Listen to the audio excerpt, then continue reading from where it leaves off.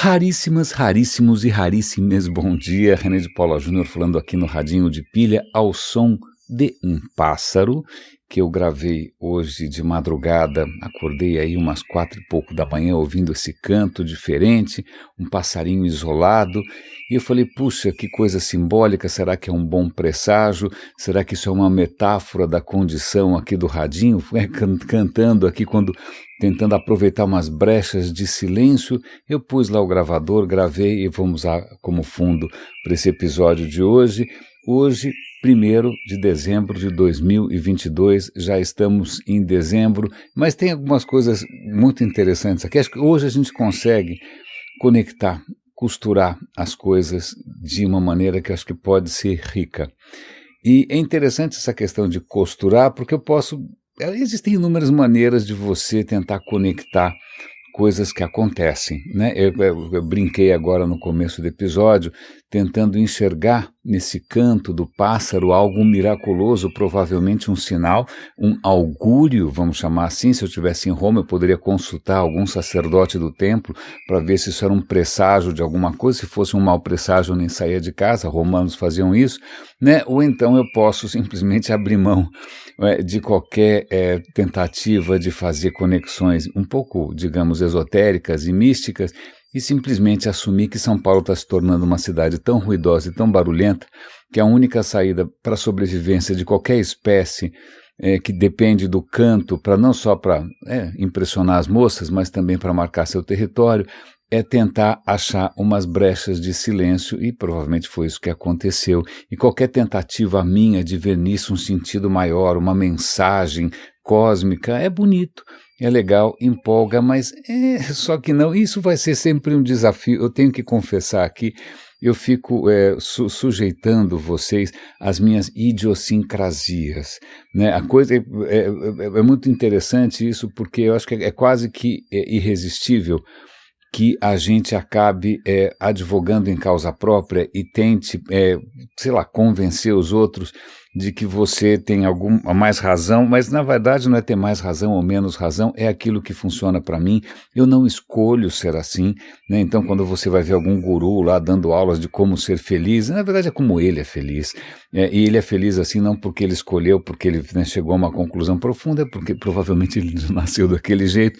Então, assumindo que muito do que eu coloco aqui, as minhas eventuais críticas, as minhas eventuais tentativas de mostrar outros caminhos, não são tentativas, a gente tem que levar em conta que talvez isso funcione para mim, não funcionaria para outra pessoa, né? Quem sabe, tudo indica que para muita gente, você manter toda essa trama meio mística, né, que tenta dar um sentido maior a tudo que acontece, aparentemente é mais satisfatório do que qualquer outro tipo de postura, né? E talvez, é curioso isso, né? Porque às vezes você acorda de manhã, vê aquele dia azul maravilhoso, não é o caso hoje, é um dia meio cinzento, né? São Paulo às vezes parece um pano de chão molhado, né? Mas às vezes um dia azul, você fala, nossa, hoje vai ser um dia glorioso, mas foi assim que começou o 11 de setembro, não é mesmo? Um dia absolutamente fantástico, céu de brigadeiro, e a história, pelo menos para mim, né, a minha história se divide em antes e depois disso,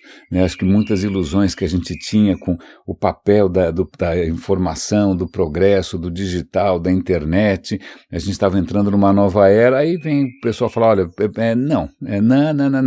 não estamos gostando de nada disso, e a gente vai jogar alguns aviões aí na sua cabeça só para vocês mudarem de ideia. Ok, isto posto, que na verdade é só um disclaimer para tentar deixar bastante claro que aquilo que me empolga não necessariamente empolga a todo mundo, e que qualquer tentativa minha de questionar aquilo que faz você feliz é, na verdade, uma tolice, porque, afinal, cada um é cada um. Mas vamos falar, já que eu estou falando de conexões,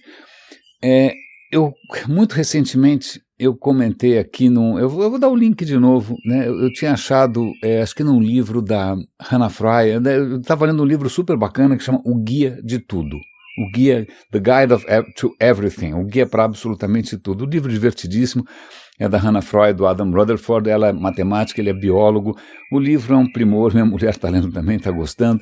E num certo momento, ela fala sobre palavras intraduzíveis e ela acaba mencionando uma palavra que eu tinha acabado de citar no radinho, eu não sabia muito bem a origem. A palavra é um conceito budista chamado Yugen, que não deve ser assim que fala porque meu chinês é inexistente.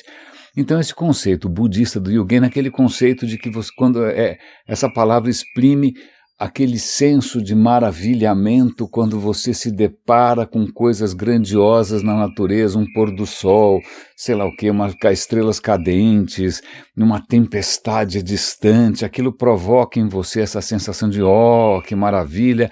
Eu achei isso super bacana, sobretudo porque eu tinha um certo pé atrás com o budismo, que eu sempre fico um pouco incomodado com qualquer tentativa de explicar o universo de uma maneira que olha à nossa volta e fala, não, isso é tudo uma ilusão, isso não serve para nada, isso daqui é uma besteira, o que vale é você se retirar desse mundo efêmero das paixões e do sofrimento e você ir para uma realidade transcendente, ou então você ir para uma outra vida, ou seja, mas olha só, os budistas têm esse conceito de reconhecer essa beleza, né, de tirar o fôlego do mundo, mas é interessante, porque ontem eu estava ouvindo um podcast do Sean Carroll. Ele estava entrevistando duas autoras que lançaram um livro sobre curiosidade. Eu vou dar o link aqui para vocês verem como é que é o nome do que eu estava ouvindo lá, do Mindscape. Ele está falando com duas, aliás, parece que elas são gêmeas, gozado, Dani Bassett e Perry Zern, sobre a neurociência e a filosofia da curiosidade. São duas convidadas, uma por acaso é neurocientista, a outra é física e filósofa. Então, realmente, isso as duas conversando com um astrofísico. Realmente uma conversa bastante multidisciplinar. E elas estavam falando sobre curiosidade. E aí vem uma questão que eu achei o máximo. Eu falei, puxa, curiosidade talvez seja aí, né, um atributo clássico do radinho, né? A gente aqui está compartilhando as descobertas que a nossa curiosidade provoca. Mas como é engraçado porque americano, quando ele se depara com alguma coisa, ele normalmente vai sistematizar e vai tentar dar categorias e quais são os 3 tipos. É muito curioso isso, né? Essa mania de dissecar e tentar colocar as coisas de uma maneira muito metódica. Então, para mim, curiosidade era tudo uma coisa só.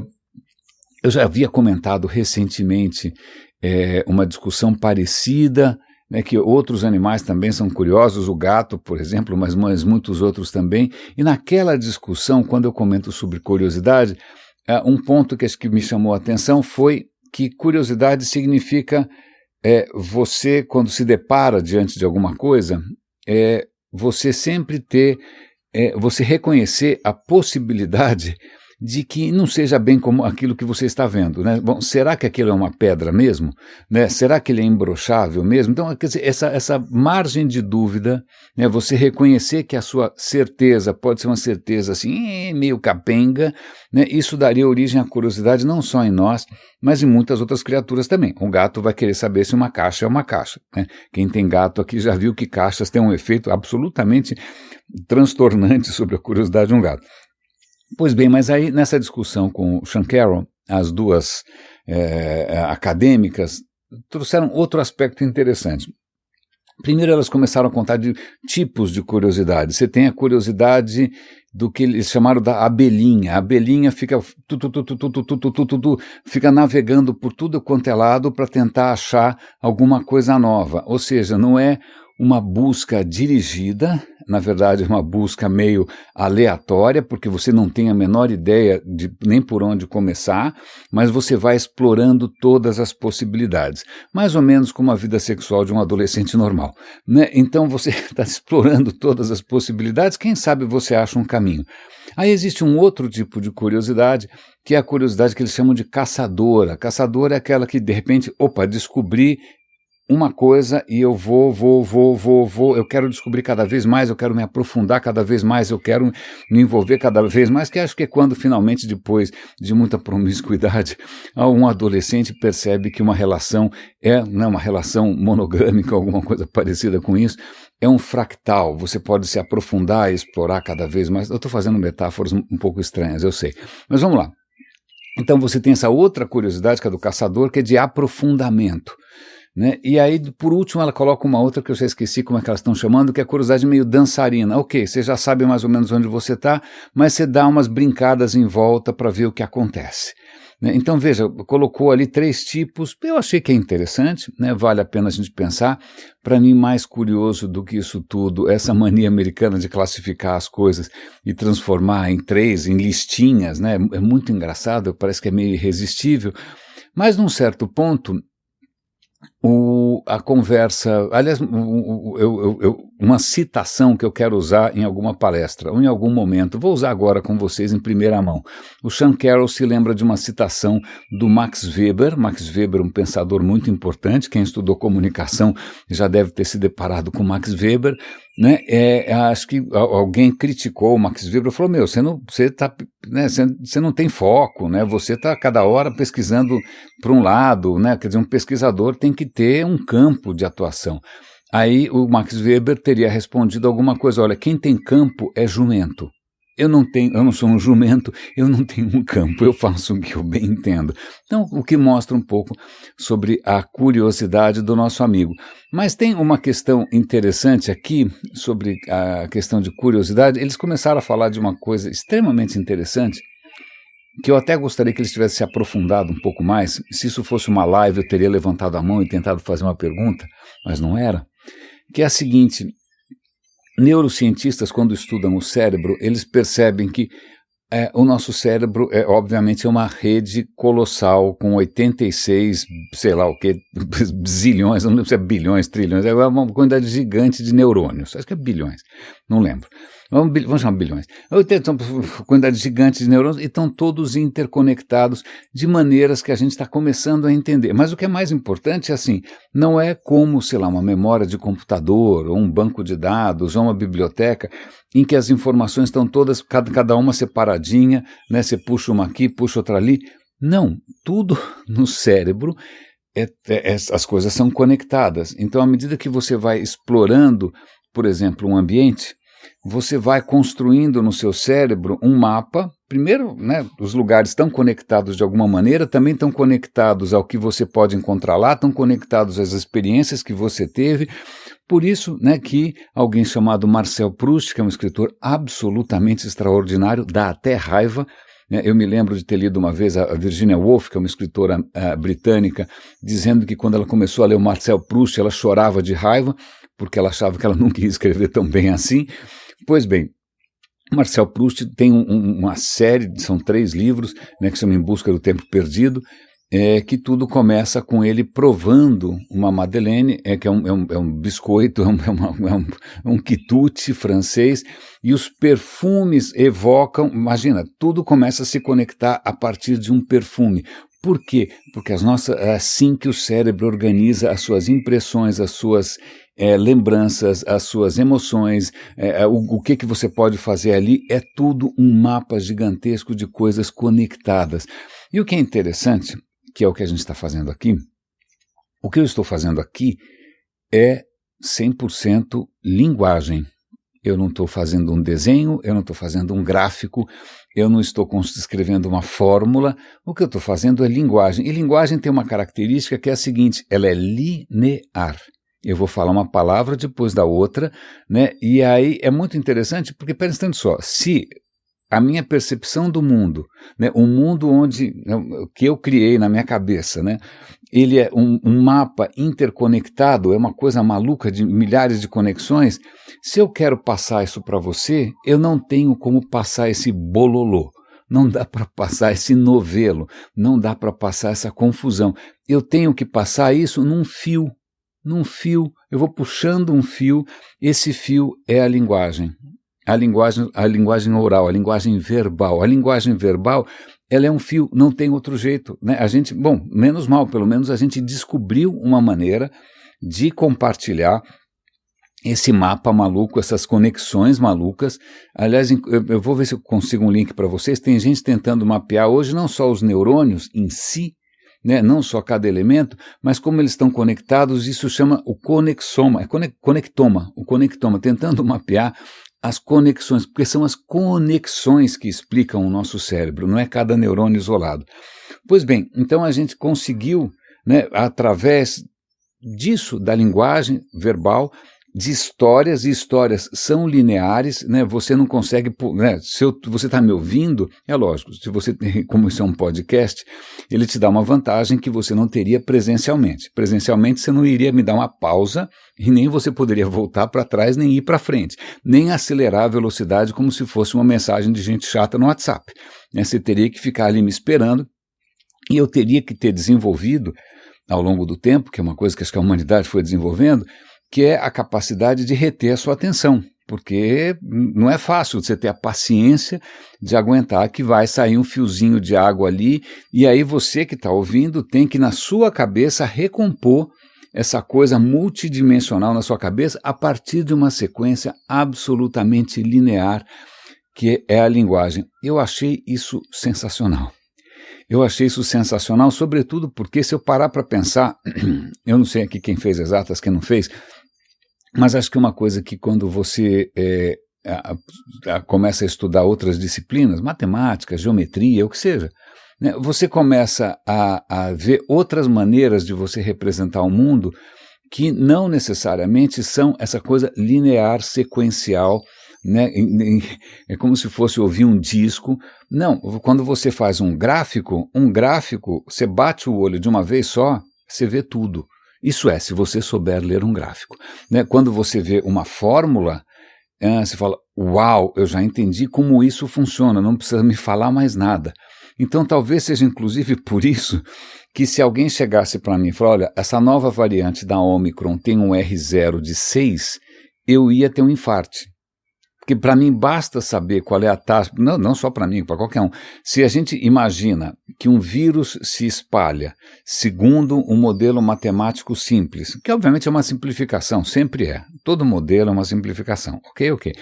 Mas se a gente sabe mais ou menos um modelo pelo qual uma epidemia se expande, a única coisa que você precisa saber, primeiro, quantas pessoas obviamente já estão infectadas, mas com cada uma infecta quantos, né? Esse é o R0. Uma pessoa infectada infecta quantos? Eu acho que no começo da Covid era alguma coisa como 2,5, 3, né? Depois outras variantes parecem ser 5, parecem ser muito mais. Você tem doenças que são violentamente, se eu não me engano, sarampo é uma das piores, né? Uma pessoa infectada infecta, sei lá, 12, já nem lembro mais, é um número colossal.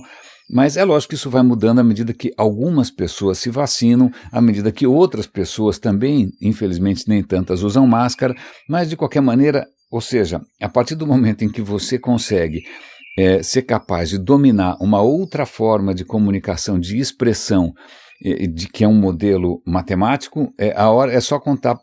É por isso que eu estava surtando esses dias. Aliás, eu posso também surtar agora.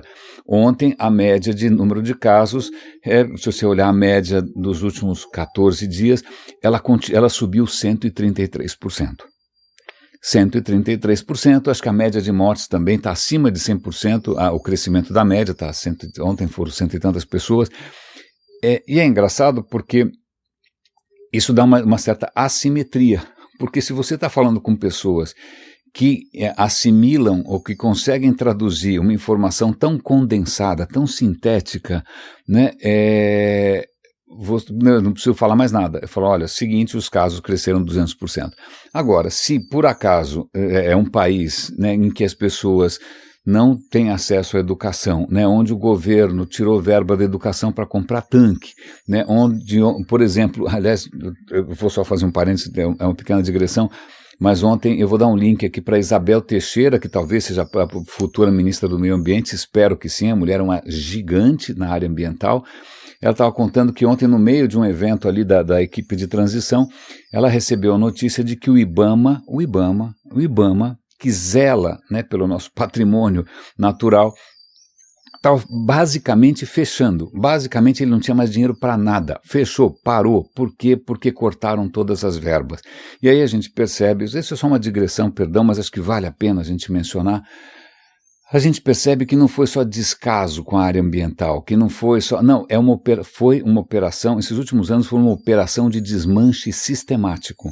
Foi deliberado, foi criminoso, né? E hoje o trabalho que vai dar reconstituir todo o nosso aparato humano, aparato técnico, aparato de recursos, para conseguir fazer frente ao estrago que já foi feito, é um desafio que nem dá para saber por onde começar, ok? Mas a educação também, obviamente, agora está numa situação pior do que nunca. Bom, então, num país sem educação, num país onde as pessoas não têm a menor familiaridade, a não ser com historinhas, com storytelling, né? Como é que você comunica alguma coisa tão preocupante quanto uma pandemia se expandindo exponencialmente? Você tem que contar histórias, mas aí na hora que você vai contar histórias, você vai concorrer com outras histórias que podem ser muito mais legais, só que não são verdadeiras. Né? Isso é interessante, estou pensando isso agora aqui em tempo real, é isso, a hora que tudo tem que passar pelo storytelling, existem histórias mais legais. Né? Então é muito mais legal você imaginar que, por exemplo, esse passarinho que me acordou hoje de manhã, que talvez tenha sido, não sei, uma alma, né, que veio, alguma entidade que veio me despertar e que veio me passar uma mensagem, que isso é um augúrio, porque afinal Marte está... Eu posso contar uma história aqui magnífica, poética, né, e que nunca vai ser tão... Nunca. Ela sempre vai ser, melhor dizendo, ela sempre vai ser mais sedutora, mais poética, mais satisfatória do que se eu contar que, ok, acaso, sei lá, por acaso eu estava dormindo leve, por acaso, né, bom, então... Eu só estou fazendo algumas conexões malucas aqui, e já que a gente está falando aqui de curiosidade, a gente está falando de ciência, eu acho que tem uma questão que é extremamente interessante, que é a palavra cientista. Da onde vem a palavra cientista? Isso tem uma história, pasme, isso tem uma história, e tem uma história que eu acho que é muito legal, porque é uma história de inclusão, de justiça de gênero, vamos chamar assim. Porque eu vou falar daqui a pouquinho aqui de uma história sensacional, tipo Missão Apolo, né? A gente não está mandando gente para Marte, para a Lua, não é a primeira vez que a gente faz uma coisa dessas, tá? Mas eu vou falar da Royal Society, que foi uma instituição britânica fundamental no progresso da ciência, e um personagem importantíssimo é um cara chamado Faraday. Faraday é um colosso, né? Descobriu leis, fez experimentos, fazia palestras. Se vocês forem visitar a Royal Society, por favor, em Londres, façam isso. Você pode ir lá no subterrâneo, você vai ver os laboratórios do Faraday, fazer uma selfie com o busto do Faraday e, né, mais uma daquelas dicas de viagem que só eu acho graça, eu sei. Desculpa, ninguém vai fazer isso, sei lá o que vocês vão fazer em Londres. Eu me lembro de um amigo que quando a gente foi para Amsterdã, me mandou visitar as destilarias. Eu falei, cara, eu não bebo. Aí você tem que explicar que você não acha graça em cerveja. Bom, mas deixa pra lá. Mas voltando, Royal Society, Faraday, aí eu sempre chamei Faraday de cientista. A questão é, Faraday se julgava um cientista? Acho que sim, está fazendo ciência, né? Não. Na verdade, na época que o Faraday estava lá bombando, já existia o termo cientista, mas ele preferia se considerar a man of science. Né? Mais do que isso, ele preferia se considerar um natural philosopher. Antes de você chamar a ciência de ciência, você chamava isso de filosofia natural.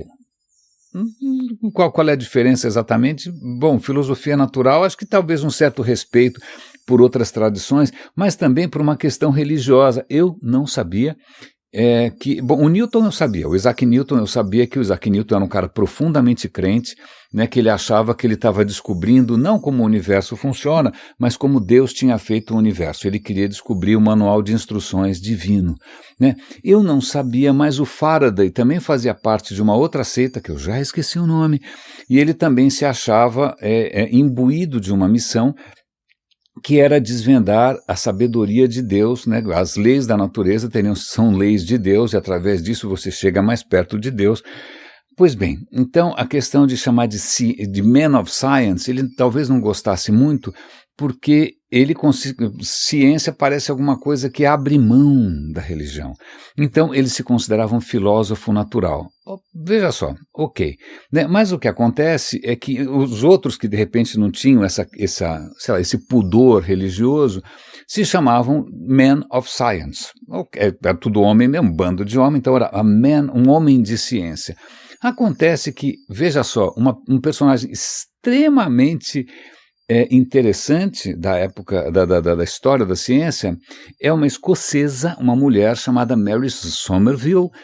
Nasceu super bem, nasceu numa família bacana escocesa, ela e as irmãs estudavam ciência, mas aí as irmãs morreram misteriosamente e o pai achou que a culpa era da ciência, para de fazer essa besteira, vai botar filho no mundo, para de encher o saco. Por sorte, ela conseguiu continuar estudando matemática e ciência escondido, o marido também deu um certo apoio, não é mesmo? Ela não ficou doente nem morreu por causa disso. Não foi punida por Deus nem nada assim, mas ela é importantíssima. Para você ter uma ideia, ela que traduziu para o inglês a obra de Laplace. E não só traduziu, Laplace é um pensador francês, um matemático absolutamente extraordinário, mas ela contou, olha, eu traduzi a álgebra para a linguagem comum. Né? Veja, de novo, você pegar um modelo do mundo que não é, que é um modelo, que é um mapa maluco de leis, etc. e tal, de um funcionamento estranho, como é que você traduz isso no que eu estou fazendo agora, em palavras? E foi essa a preocupação que ela teve.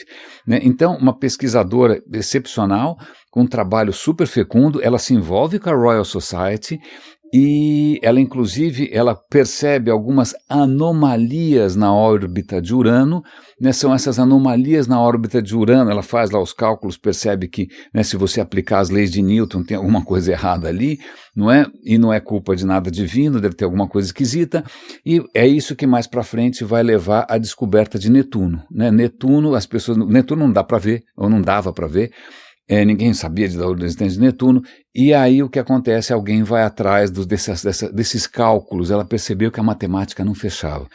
Então, uma personagem sensacional, mas como é que você chama uma pessoa tão extraordinária? Como? Ela não queria ser chamada de filósofa natural, porque ela acreditava na ciência por si só, ela não queria nenhum tipo de explicação divina, não é? Man of Science, obviamente, é sexista, e é aí que eles, por conta da Mary Somerville, eles cunham e passam a usar o termo cientista, que é neutro em termos de gênero. Eu achei isso absolutamente sensacional. Eu não me lembrava da existência da Mary Somerville. É bom que a gente traga à tona o papel dessa mulher, mulheres corajosas. Você viu, enfrentar o preconceito paterno, né, foram se meter num mundo eminentemente masculino. Vale lembrar que a Marie Curie também, que levou vários prêmios Nobel, radioatividade, etc. e tal. Um mundo essencialmente masculino, mas são essas cientistas que inclusive mereceram que a gente inventasse uma palavra que não fosse um privilégio de quem anda de calças, né, e etc. e tal. Pois bem, e já que a gente está fazendo justiça aqui à questão de gênero, vale a pena lembrar, tem uma exposição, aliás, lá vou eu dar dicas de viagem que ninguém vai achar interessante. Eu demorei muito para descobrir que em Nova York existia um museu, tem aqueles museus que todo mundo conhece, né? O Metropolitan, o Guggenheim, você vai lá, faz uma selfie, sai correndo, né? Tem vários, né? Tem o MoMA, Museu de Arte Moderna, que tem uma lojinha bacana, tem várias razões para você ir para lá e para cá. Mas existe também um museu que é a Morgan Library. Eu demorei muito para descobrir, fica um pouco escondido, era um cara podre de rico, que era o Morgan, eu não sei o que ele fazia, não me pergunte, já esqueci. Né? Mas o que o Morgan fazia? Ele tinha muito dinheiro, ele chegou lá para uma turma e falou, eu tenho muito dinheiro, corra ao mundo e vá encontrando antiguidades para mim. E o lugar é maravilhoso, o prédio é incrível, tem uma coleção maravilhosa, acho que eu fui umas 2 vezes já, e agora tem uma exposição lá que como eu gostaria de explorar, porque não só porque obviamente isso implicaria estar em Nova York, o que nesse momento seria muito interessante para esquecer esse país de loucos, mas sobretudo porque é uma exposição com coisas que eu nem podia imaginar e fazem justiça a uma mulher chamada Enheduanna. Não sei, obviamente que não é assim que fala, porque esse nome deve ser um nome assírio e vai saber como é que fala isso. Acontece que Enheduanna é a primeira escritora, o primeiro escritor da história da humanidade, cujo nome a gente sabe.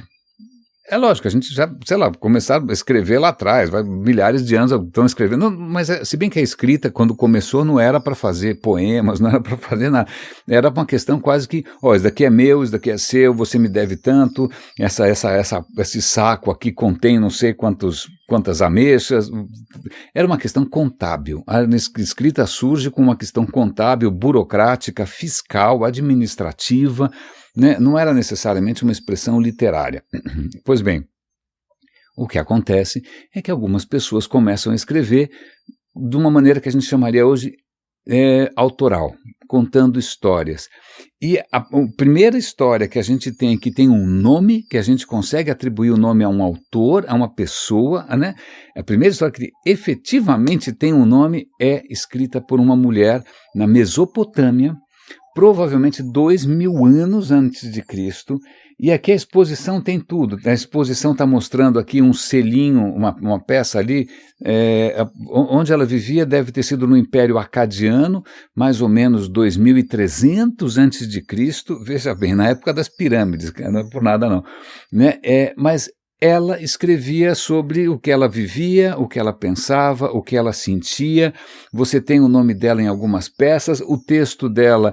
Existem inúmeras cópias espalhadas por aí, porque esses textos eram usados para as crianças aprenderem, não só as crianças, né, quem fosse aprender a ler, você tinha que aprender a ler usando textos, entre aspas, clássicos.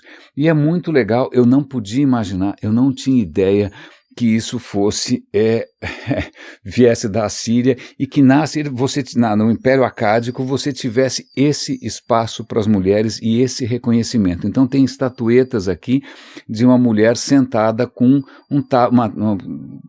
eu ia falar um tablet, parece que ela tem um iPad, né? Mas ela está com uma plaquinha ali que é onde as pessoas escreviam. Então veja só.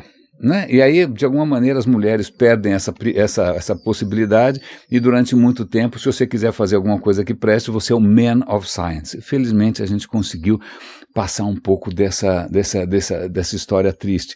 Mas tem uma história interessante, já que eu estou falando de curiosidade de história triste, porque eu comecei o episódio falando dessa sensação de, o mundo, né, as estrelas, nossa, como eu me sinto pequeno, não é? Pois bem, então, a questão nessa conversa do Sean Carroll com as duas autoras, que nem sempre a curiosidade foi bem-vinda,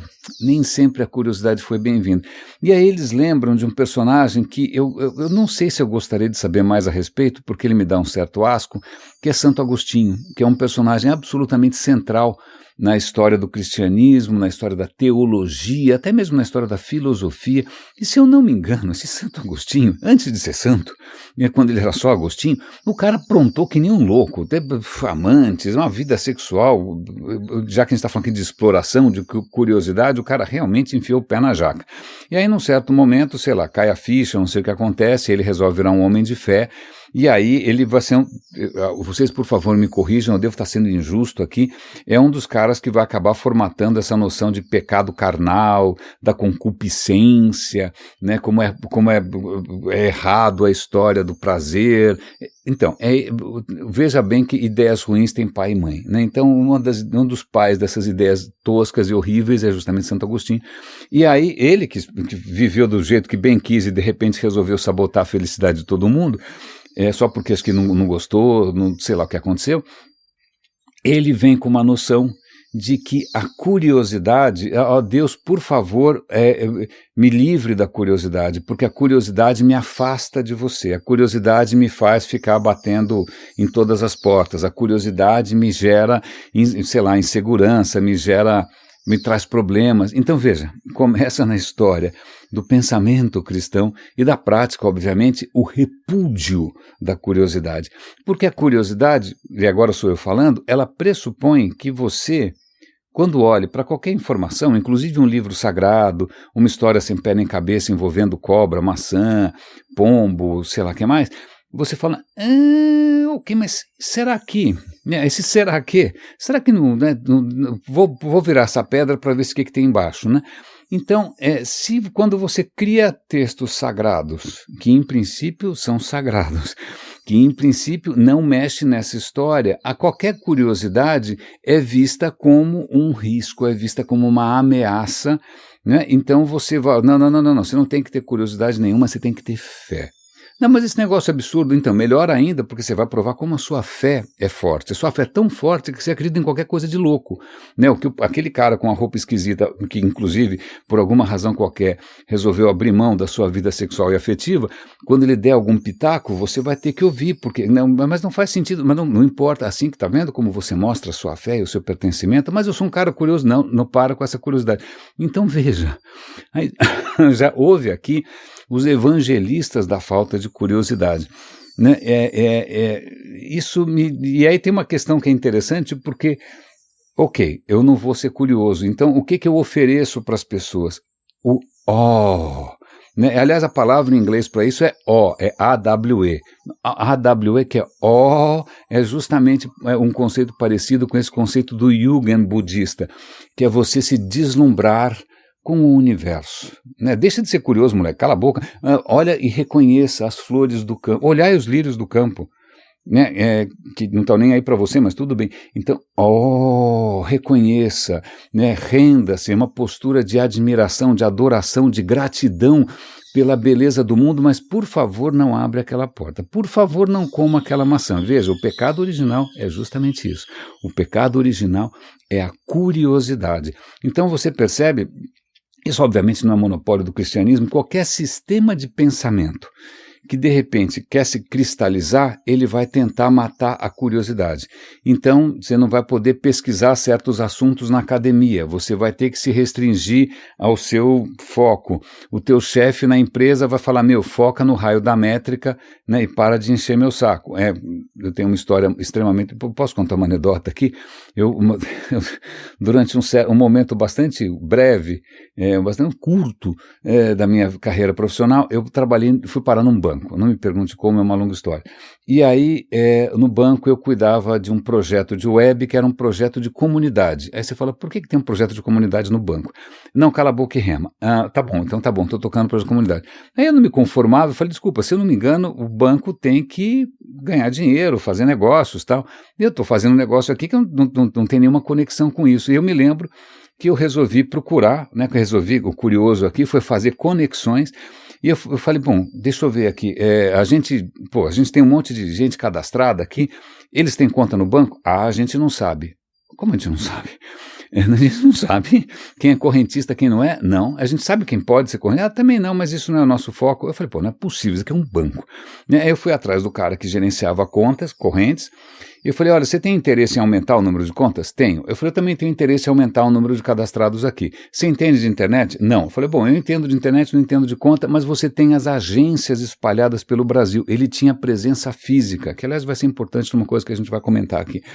Então vamos fazer o seguinte, vamos bolar aqui uma operação conjunta, colaborativa, em que eu aproveito a sua presença física no país inteiro, a gente vai fazer uma promoção, uma gincana e tal, isso vai gerar cadastros para mim e eventualmente abertura de contas para vocês. Eu me achei um gênio, eu empacotei esse case e fui mostrar para o meu chefe, e o meu chefe falou, você não foi contratado para isso, você tem que, a sua métrica é page views, tempo médio de visitação, e sei lá o quê, acho que era isso. Eu falei, mas a gente está no banco. Eu falei, não importa, bom, em suma, né? Joguei tudo para cima, continuei fazendo o que eu tinha que fazer, e obviamente 6 meses depois o dono do banco olhou e falou, o que esses caras estão fazendo? E teve uma demissão em massa. Ok, curiosidade. Então veja que a curiosidade, dependendo do sistema em que você está, ela não é necessariamente bem vista porque ela desestrutura. Então vamos trocar o que muitas coisas místicas acabaram apelando. Falaram, olha, é o seguinte, para de tentar entender. Para de tentar entender, pega aqui, eu vou te dar um tamborim, né, um incenso, um pandeirinho, né, vamos fazer um cântico e vamos aqui admirar e ficar de joelhos agradecendo a graça da beleza do universo. Né, mas por favor não pega dessa maçã. Então vejam que curioso, não é mesmo? Porque eu estava aqui maravilhado com essa sensação de você reconhecer a beleza das coisas, o passarinho que cantou hoje de manhã, mas eu nunca tinha parado para pensar que isso poderia ter sido usado, e ainda é usado, justamente como um broxante da curiosidade alheia, porque a curiosidade é sim broxável, né, ao contrário de presidentes que a gente conhece. Então, eu achei isso, é curioso, mas tem uma outra questão, agora sou eu falando aqui, estou falando da minha cachola. Quando eu vi as americanas ali destrinchando, né, a questão da curiosidade, me ocorreu o seguinte: existe um tipo de curiosidade, que você já deve ter visto isso com crianças, etc. e tal, que é uma curiosidade que o cara quer, acho que faz parte de como funciona a cognição humana, de como funciona a nossa percepção. Né? Se eu olho para uma floresta, eu vejo árvores, eu não consigo perceber as conexões, eu não vejo que as árvores estão conectadas com os fungos, eu não vejo que as árvores se comunicam, que elas dependem umas das outras. Na verdade, o mundo na minha modesta opinião, ele é uma rede de conexões. Você explica o mundo pelas relações, não pelas coisas. As coisas são frutos de relações, né? Elas são um nó de uma rede, mas é a rede que conta. Mas nós não enxergamos a rede. Como a gente não enxerga a rede, a gente não enxerga as conexões, a gente só enxerga a árvore. E o que a gente vai fazer na hora que a gente está curioso e quer entender como alguma coisa funciona, a gente mata e disseca. E vai tentar entender as coisas mortas. Então existe um tipo de curiosidade que pode ser letal, porque simplesmente você não está procurando a coisa, você não aprendeu a procurar a coisa certa, não aprendeu a reconhecer a coisa certa.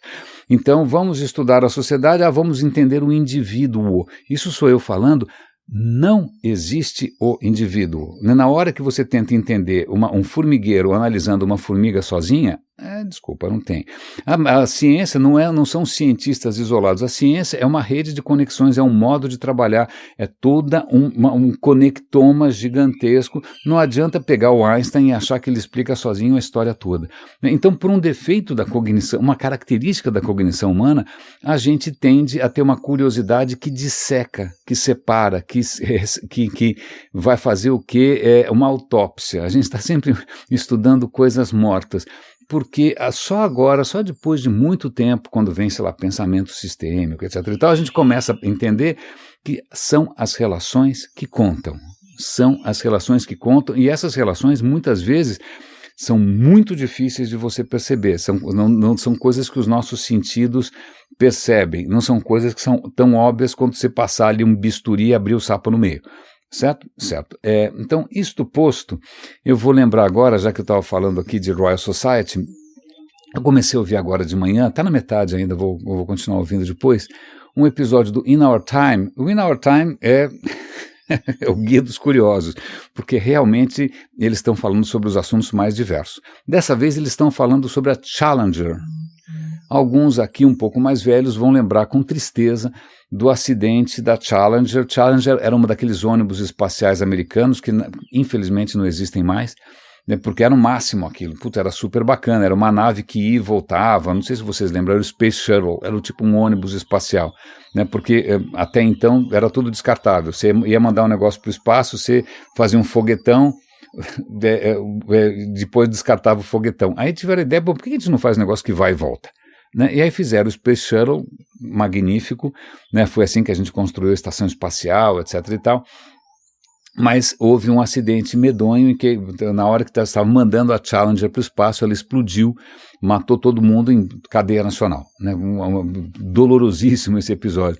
Mas eu não sabia, mas o nome Challenger, que vem do verbo challenge, que é desafiar, né? A desafiadora, em inglês, tem uma história.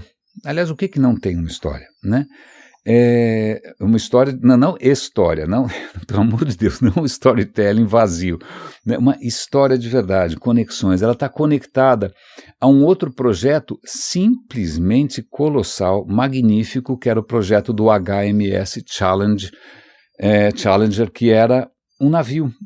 Veja bem, quando Darwin lança A Origem das Espécies, em 1859, o Darwin lançou isso, desculpa falar francês aqui, mas ele lançou isso com o cu na mão, mas agora se bem que cu é nome de um aplicativo, quem sabe perde um pouco o preconceito. Mas o Darwin estava apavorado, porque o Darwin percebeu que o que ele tinha descoberto, que era um mecanismo pelo qual a vida se diversifica, se perpetua, as espécies se criam, era um mecanismo tão absolutamente poderoso, tão absolutamente simples e que abria mão, inclusive, de qualquer explicação esotérica, transcendente, pombos, etc., né, mulheres virgens. Pois bem, então ele ficou meio apavorado, porque isso vai ter consequências, né, haja vista que o Galileu quase foi queimado, né, teve que viver em prisão domiciliar, Giordano Bruno foi queimado com a boca costurada, não é?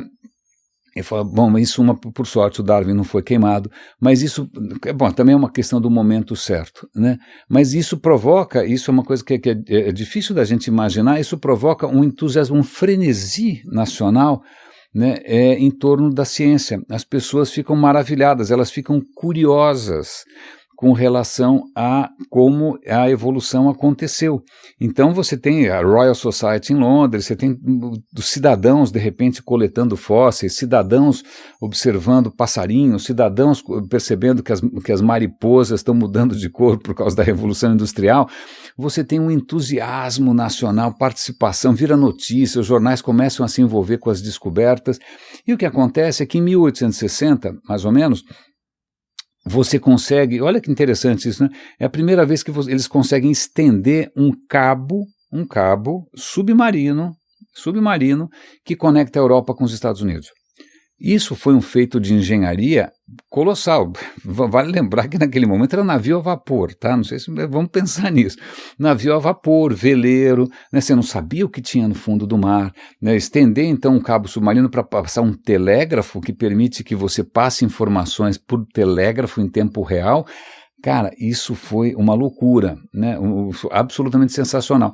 Mas aí o que acontece, uns caras ali, a história toda é um pouco mais rica do que eu vou resumir, né? Eles conseguem convencer o parlamento inglês que, olha, vocês têm que ajudar a gente aqui, a gente quer explorar o fundo do oceano, a gente quer conhecer os oceanos. A gente acha que o segredo da história, da vida, do planeta, está nos oceanos, a gente não sabe nada, a gente imagina que o fundo do mar não tem vida nenhuma, né? Tinha um cara lá que tinha uma hipótese que, olha, abaixo de 300 metros não tem vida nenhuma, porque não tem luz. É frio, deve ser frio, não tem luz, é escuro para danar, tal.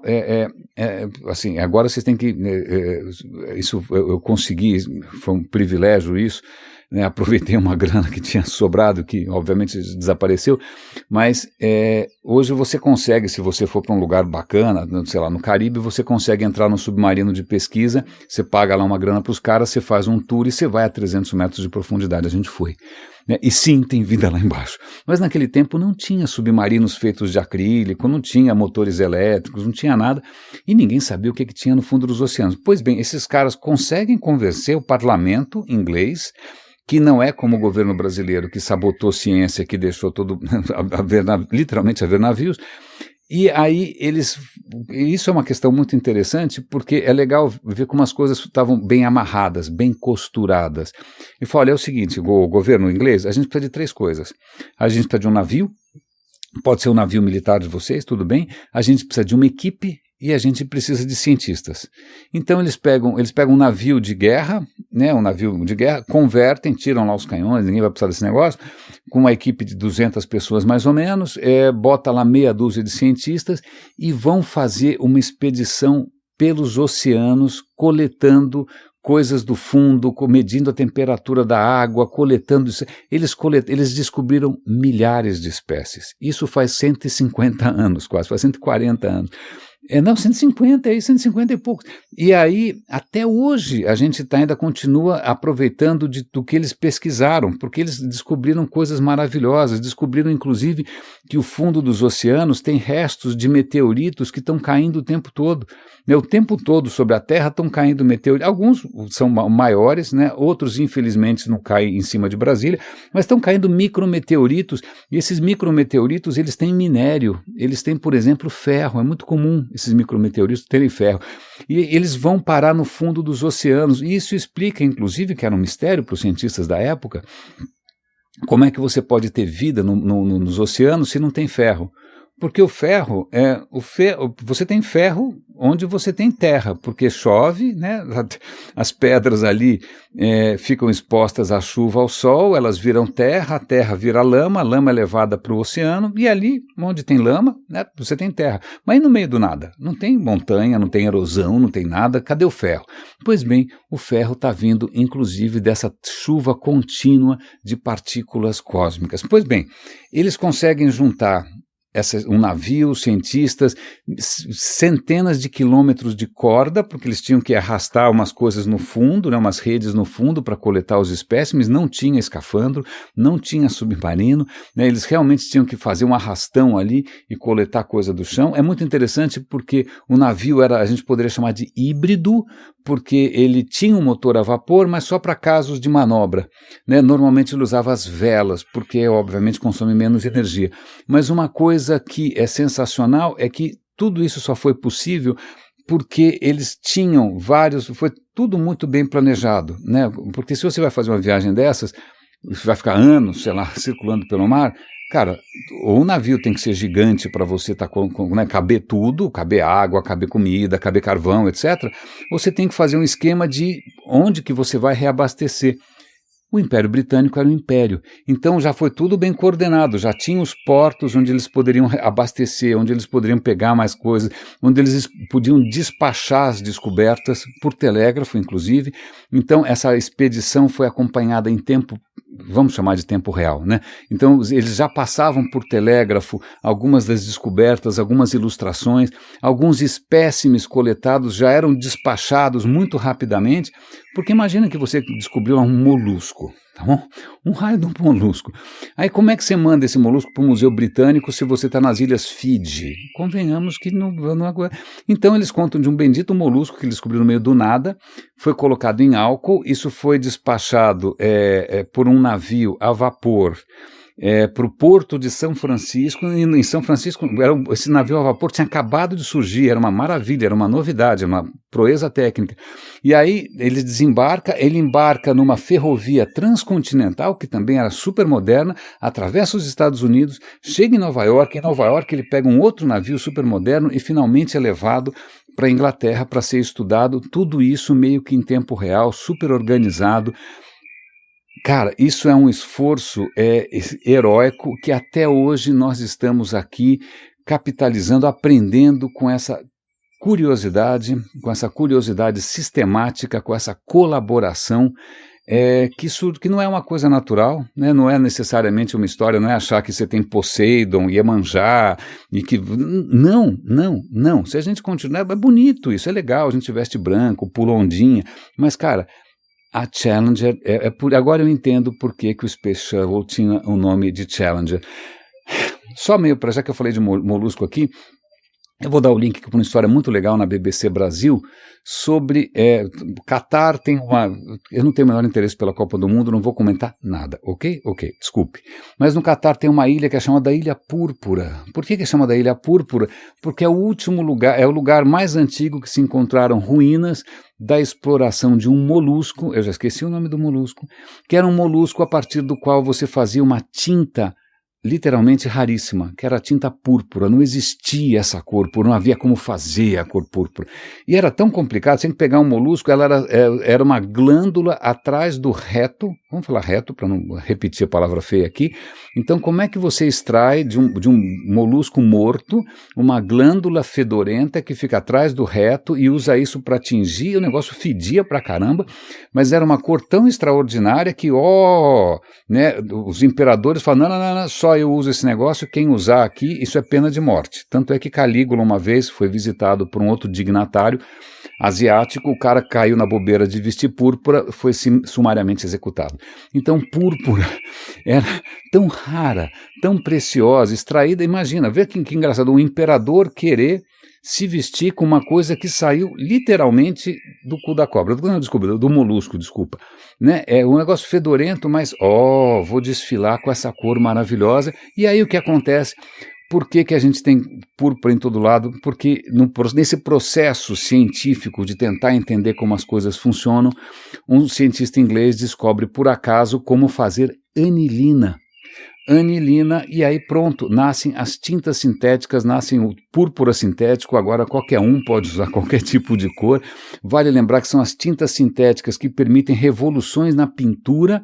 Van Gogh só era Van Gogh porque tinha tintas que nunca ninguém teve acesso antes. Quando você, no começo ali do movimento moderno, essas tintas sintéticas começam a propiciar uma nova forma, né, artistas curiosos explorando essas novas tintas, o pessoal da velha guarda falou: credo, parece vômito, que essas cores são muito intensas, elas são muito fortes, e esses caras são chamados de fauve, que quer dizer selvagem. Né? Tudo isso porque alguém teve a curiosidade de descobrir, não exatamente como usar alguma coisa sagrada que na verdade vem do raio de um molusco. Veja só, né, o máximo do simbolismo do poder, se você virar ali, for um pouco curioso, você vai descobrir que aquilo vem de espremer as partes traseiras de um molusco fedido. Raríssimas, raríssimos e raríssimos. Espero que essa trajetória completamente aleatória tenha feito algum sentido, né, tenha trazido alguma luz, tenha tornado vocês mais curiosos. Espero, pelo menos, isso me satisfaz do que muito mais, isso sou eu, do que qualquer história dessas eu sou alérgico a incenso, pandeirinho, lamento, desculpe, mas eu sei que existem outros podcasts que vão saciar essa nossa necessidade humana por um sentido profundo e inextricável do universo. Aqui basicamente só curiosidade. Raríssimas, raríssimos e raríssimos, cuidem-se, por favor. Um grande abraço e até amanhã.